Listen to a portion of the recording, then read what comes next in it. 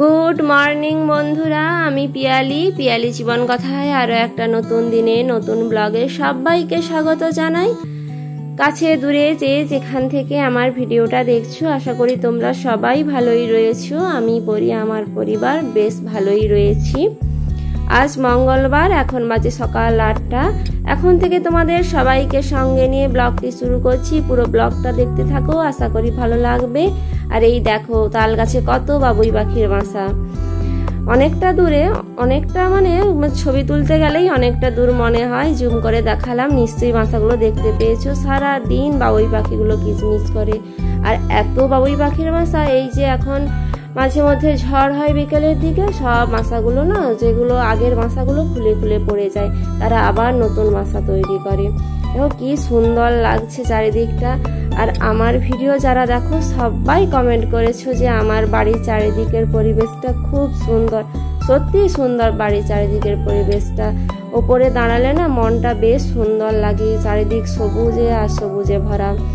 আর এইটা দেখো বাড়ির সামনের দিকটা, এইটা সামনে হচ্ছে মন্দির, হরি মন্দির, তার চারিদিকে ফুলের গাছ। এখন মাঝে মধ্যে বৃষ্টি হয় তো সেই জন্য কেমন একটা যেন ঘাস ঘাস মতো হয়ে গেছে, না হলে শীতকালে কিন্তু খুব সুন্দর লাগে চারিদিকটা। দিয়ে ওপরে ঝাঁট দিয়ে নিচে চলে এলাম। এসে আর সকালটা তেতো দিয়েই শুরু করছি। এটা হচ্ছে কালো মেঘের জল, অনেক দিন খাওয়া হয়নি। সে তারপরে পরিও গাছ উল্কায়। এখন গরমকাল তো ঘামাচি হয়েছে, সেই জন্য ভাবলাম আজ একটু কালো মেঘের জল খাই। পরির জন্য রেখেছি, আমিও খেয়ে নিলাম। দিয়ে রান্নাঘরে চলে এসেছি। এখন একটু আলু ভাজবো, আলু ভাজাটা বসিয়েও দিয়েছি। আর হচ্ছে তার আগে গ্যাসটা একটু মুছে নিয়েছিলাম। সবগুলো দেখালে তো ভিডিওটা এত বড় হয়ে যাবে, সব কিছু তো দেখানো সম্ভব নয়। আর বাড়িটা বড় হওয়ার জন্য না এদিক ওদিক মোবাইল নিয়েই ছুটতে হয়, সেই জন্য আর সমস্ত কিছু না ক্যামেরা নিয়ে করা তো সম্ভব নয়। আর এখানে দেখলাম বাবা বাজার ব্যাগও পাঠিয়ে দিয়েছে। আজ আমাদের এখানে মঙ্গলবার শুক্রবার বাজার হয়। আজ যেহেতু মঙ্গলবার সেই জন্য বাজার হয়েছে, সমস্ত বাজার করে নিয়ে এসছে। তেমন কিছু ফ্রিজে না সবজি নেই, সমস্ত সবজি প্রায় শেষ হয়ে গেছে, সেই জন্য এখানে একটু ঢেলে নিয়েছি। দিয়ে এখন যে সবজিগুলো হবে সেগুলো নিয়ে বাদ বাকিগুলো ফ্রিজে তুলে রাখবো। আর এই ব্যাগটাতে আলু, পেঁয়াজ, আদা, রসুন নিয়ে এসছে। এদিকে আমার আলু ভাজাটাও প্রায় কমপ্লিট হয়ে গেছে। তারপরে না পরি একটু স্কুলে যেতে হবে খাবারটা আনতে, খিচুড়িটা আনতে, কারণ পরি এখনো ঘুম থেকে ওঠেনি। কখন উঠবে, এত রোদের মধ্যে ওকে নিয়ে যেতে না প্রচুর কষ্ট লাগে, সেই জন্য ওকে নিয়ে যাব না। কাকুর মেয়ে রুমিকে একটু বসিয়ে দিয়ে এসেছি, কারণ বাড়িতে তো কেউ নেই না। আমি চলে এলে ও একা শুয়ে থাকবে অনেকটা, তবুও 5 মিনিট 7 মিনিট লাগে হাঁটতে। দেখো পরি স্কুল যেতে চারিদিকের পরিবেশটা। আর এইটা যে দেখলে, এটা পুকুর কাটা হচ্ছে আর কি। দিয়ে নিয়েও চলে এসেছি। এত গরম লাগছে, মুখ চোখের অবস্থা দেখো, প্রচন্ড গরম লাগছে। ফিরে এসে দেখি বাবা মাছ পাঠিয়েছে, আর তখন বাজার ব্যাগের সঙ্গে পাঠায়নি, এখন পাঠিয়েছে। আর রুমি পুঁটি মাছগুলো ছাড়িয়ে দিল, আর বড় মাছগুলো কেটে নিয়ে এসছে, কিন্তু বড় মাছগুলো বাইরে কাটা তো আঁশ অনেক থেকে যায়, সেইগুলো ধুতেও আমার অনেক সময় চলে গেল। ধুয়ে নুনটা মাখিয়ে নিচ্ছি, তারপরে রান্নাটা বসিয়ে দেব। দিদি আজ দীঘা ডিউটি যাবে, ভাত একটু তরকারি একটু নিয়ে যাবে, সেই জন্য তাড়াতাড়ি রান্নাটা করে নেব। এখন বাজে প্রায় 10:30। দিদি আনাজগুলোও কুটে দিচ্ছে। আমি এখন শাক, আলু, বেগুনের তরকারিটা করে নেব, আর হচ্ছে মাছের ঝোল আর উচ্ছা ভাজা করবো। আর সেরকম বেশি কিছু করবো না। আর এত গরমে না বেশি কিছু সবজি খেতেও ভালো লাগে না। দেখো সমস্ত কুটাও হয়ে গেছে, মশলা করাও হয়ে গেছে। দিদির আনাজগুলো কুটে দিতে একটু তাড়াতাড়ি হলো। এদিকে আমার ভাতটাও ফুটে গেছে, কিন্তু পরিও ঘুম থেকে উঠেছে, সেরকম কিছু খায়নি। তাকে ভাবছি একেবারে যখন ভাত হয়ে গেছে স্নান করিয়ে খাইয়ে দেব। বন্ধুরা, আমার ভিডিওর এই পর্যন্ত কোনো অংশ তোমাদের একটুর জন্য যদি ভালো লেগে থাকে, তাহলে হচ্ছে একটা লাইক কমেন্ট করো।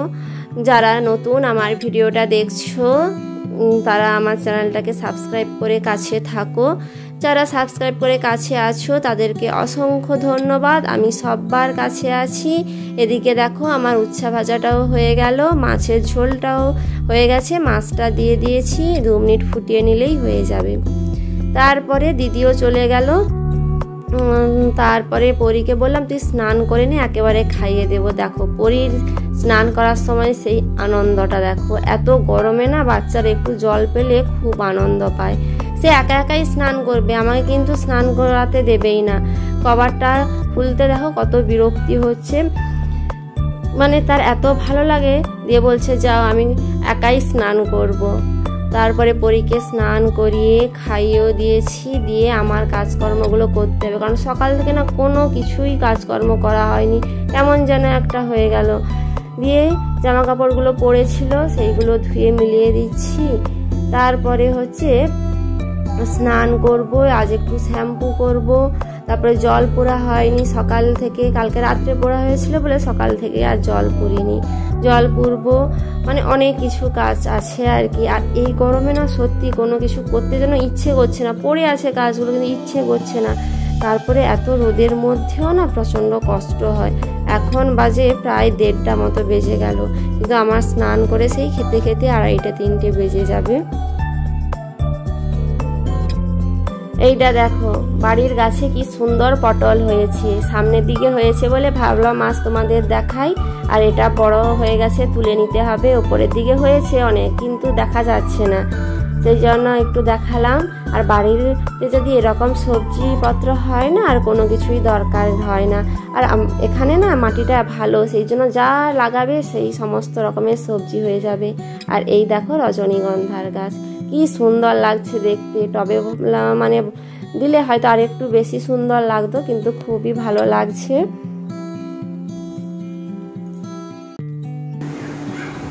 সমস্ত কাজ শেষ করে স্নান করে খেতে বসলাম। আজ একটু শ্যাম্পু করেছি, দিয়ে সকাল থেকে না কি এমন হয়ে গেল পেছনে কোনো কাজগুলোই মানে কমপ্লিট হয়নি, কেমন যেন একটা হয়ে গেল।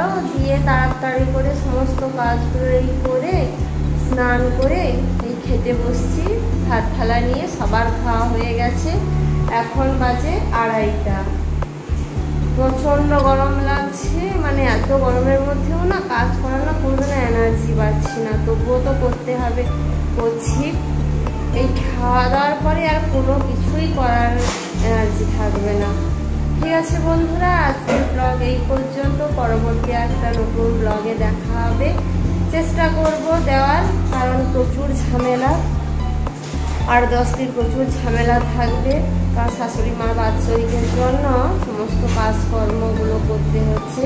তো চেষ্টা করব, হয়তো একটু মানে হচ্ছে কন্টিনিউ দেওয়া হবে না, তবুও তোমরা পাশে থাকো, আমি সবার পাশে আছি। টাটা।